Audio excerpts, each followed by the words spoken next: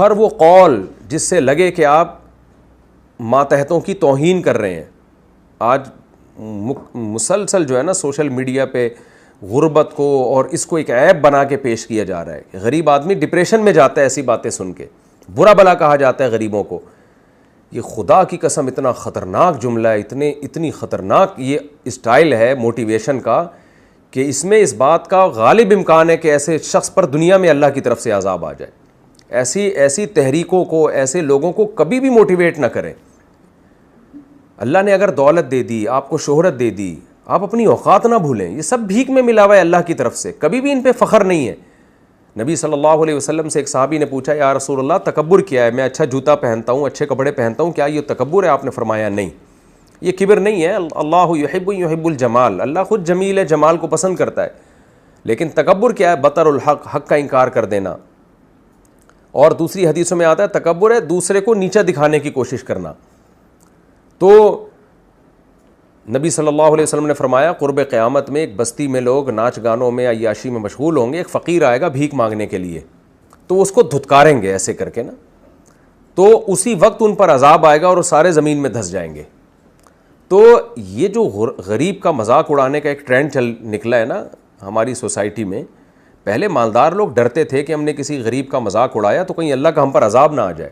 دیکھو ہر برائی کے پیچھے نا لیبل بڑا اچھا لگایا جاتا ہے. آج غریبوں کا مذاق اڑایا جا رہا ہے, ان کو گالیاں دی جا رہی ہیں, لیبل یہ لگایا جا رہا ہے کہ ہم موٹیویٹ کر رہے ہیں. تو اس طرح تو ہر حرام کام حلال ہو جائے گا.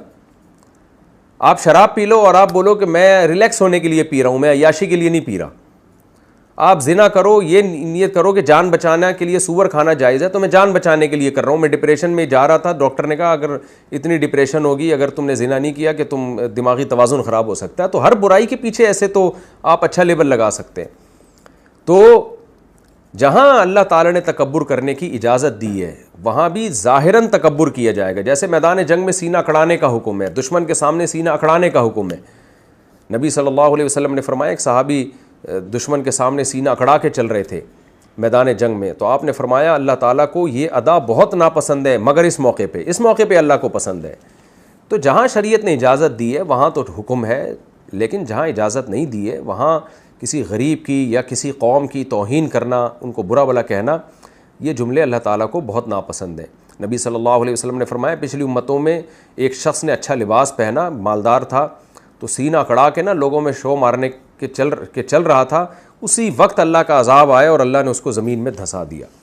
قارون کے ساتھ کیا ہوا ہے؟ قارون نے صرف یہ کہا تھا کہ یہ دولت میں نے اپنی محنت سے اپنے ہنر سے کمائی ہے, اس کی اللہ نے اس کو سزا دی ہے اور اللہ نے زمین میں دھسا دیا. آج جو مالدار جس طرح غریبوں کا مذاق اڑا رہے ہیں نا, میں سمجھتا ہوں اس طرح توہین قارون نے بھی نہیں کی تھی. تو ایسی تحریکوں کو, ایسے لوگوں کو کبھی بھی آپ پروموٹ نہ کریں جن کو بات کرنے کی تمیز نہیں ہے, جو ہر وقت فرعونیت والا لب و لہجہ ان کا ہوتا ہے, میں چاہے وہ مذہبی اسکالر ہی کیوں نہ ہو. مذہبی اسکالرز میں بھی بڑا تکبر آتا ہے. بعض مذہبی اسکالرز ہیں جو میں کرتے رہتے ہیں, میں نے یہ کیا, میں نے یہ کیا, میں نے یہ کیا. ایک دفعہ موسیٰ علیہ السلام نے کہہ دیا تھا, بخاری کی حدیث ہے, کہ سب سے زیادہ علم میرے پاس ہے. حالانکہ صحیح بات کی تھی موسیٰ علیہ السلام نے, یقیناً اس وقت سب سے زیادہ علم حضرت موسیٰ کلیم اللہ کے پاس تھا, لیکن اللہ کو یہ انداز پسند نہیں آیا.